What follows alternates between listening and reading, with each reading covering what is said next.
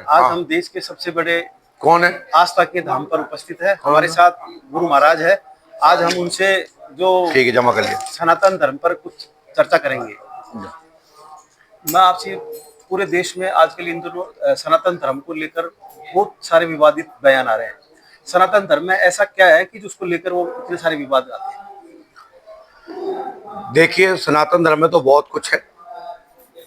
सबसे पहले आपके सभी दर्शकों को बहुत बहुत साधुवाद, आशीर्वाद।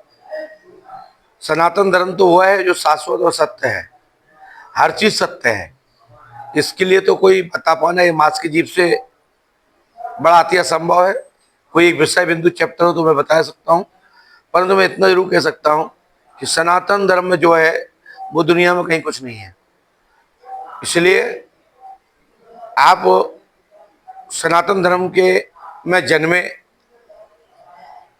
हिंदू परंपरा के रीति रिवाज में आप जन्मे, राम और कृष्ण की परंपरा में आप जन्मे, जो हमारे आदि पूर्वज हैं, जो ऋषि है, महर्षि है, जहाँ भगवान नाम की संकीर्तन होता है और जिनके घर में भगवान का, हरि का, विष्णु का ध्यान होता है,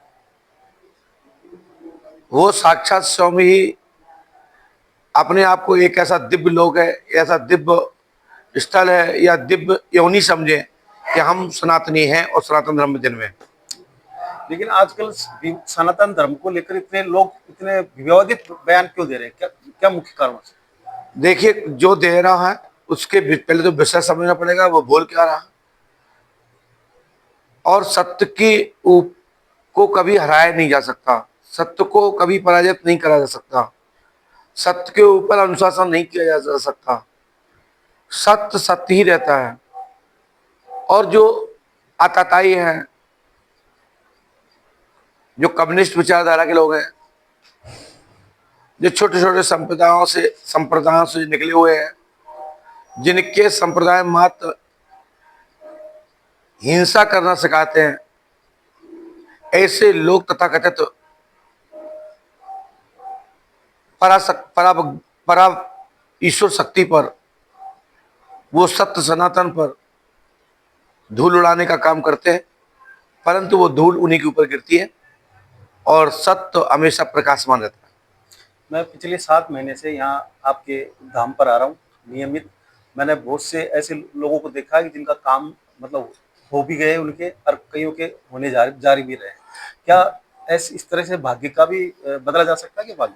देखिए, समय से पहले और भाग से ज्यादा कभी किसी को कुछ नहीं मिलता, परंतु गुरु कृपा से एक समय की जानकारी हो जाती है। समय अनुकूल आ जाने पर ही सफलता प्राप्त होती है। कर्म प्रधानता है, जैसा करोगे उसा आपको फल प्राप्त होगा। शेष जिनके काम हो चुके हैं उनका समय अनुकूल आ चुका है, जिनके काम अभी नहीं हुए हैं उनके समय के इंतजार करें। शेष अंतिम सूत्र मंत्र एक ही है, कर्म प्रधान है। यदि आपको कोई कार्य बताया गया है, उस मंजिल की ओर चलना पड़ेगा। उसके लिए संघर्षवान आपको मेहनत करनी पड़ेगी, आपको पुरुषार्थ करना पड़ेगा, फिर उस पुरुषार्थ का फल प्राप्त होगा। अभी हाल ही में एक हिंदू राष्ट्र बनाए जाने को लेकर एक यात्रा निकाली गई है, उसको आप किस रूप में देखते हैं आप? देखिए, हिंदू राष्ट्र पहले से है और ये जहां भगवान राम और कृष्ण जन्मे, जो ऋषि प्रधान देश माना जाता है, कृषि प्रधान देश माना जाता है, जहां पर भगवान की निरंतर स्तुति होती है, जहां समय समय भगवान जन्म लेते हैं, प्रकट होते हैं, ये स्वयं ही पहले से भारत भूमि है, ऋषि प्रधान देश है। और जहाँ गंगा यमुना सरस्वती जी समस्त पवित्र जलधारा, पवित्र तीर्थ भारत में ही निवास करते हैं।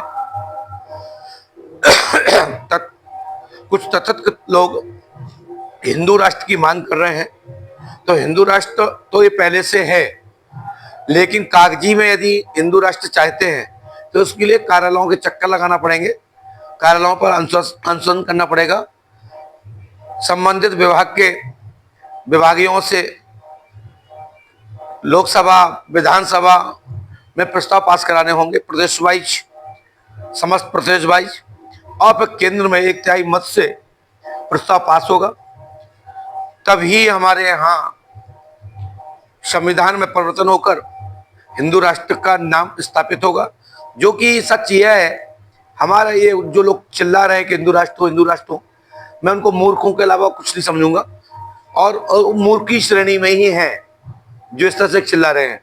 हिंदू राष्ट्र पहले से है। यदि कोई राज्य बनाना है तो राम राज्य बनाए ना, जिसमें एक कानून, एक संहिता, एक पढ़ाई, अलग अलग पृथक पृथक पढ़ाई क्या आवश्यकता है।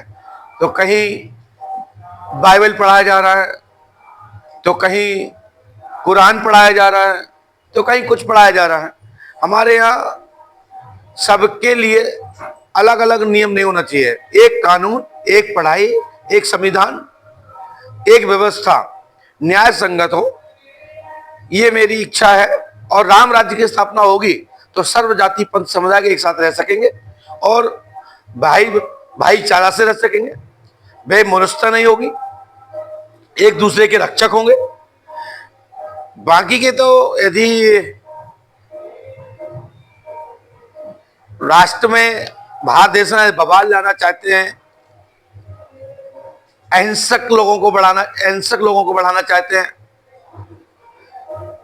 जगह जगह मार काट की स्थिति बनाना चाहते हैं, तो कुछ करते रहे, मेरा इसमें कोई समर्थन नहीं है। आजकल ये क्या नाम से धर्म को लेकर भी युवा पीढ़ी जिस तरह से केवल सनातन को ही निशाना बनाया जाता है, अन्य धर्म के खिलाफ कोई बोलता नहीं है। तो आज की जो युवा पीढ़ी है वो भ्रमित हो रही है, उसके बारे में आप क्या कहेंगे? मेरा कहने का मतलब एक ही है कि सनातन धर्म की रक्षा करनी है, जो शाश्वत और सत्य है। वसुदेव कुटुंबकम, भगवान विष्णु हरि संसार के पालक हैं और उन्हीं के ऊपर ये मंत्र निर्मित है कि वसुदेव कुटुंबकम की धारणा से सबकी रक्षा हो और सबको जागृत होकर के एक संगठित होकर के मठ, मंदिर, भारतीय संस्कृति, शिक्षा, कानून की रक्षा करना हमारा सबका धर्म है। यही सनातन धर्म है, यही शाश्वत और सत्य है। धन्यवाद। मैं अपडेट इंडिया से विनोद पारा सर। बताइए दीवानी गलत तो नहीं किया? सही है ना?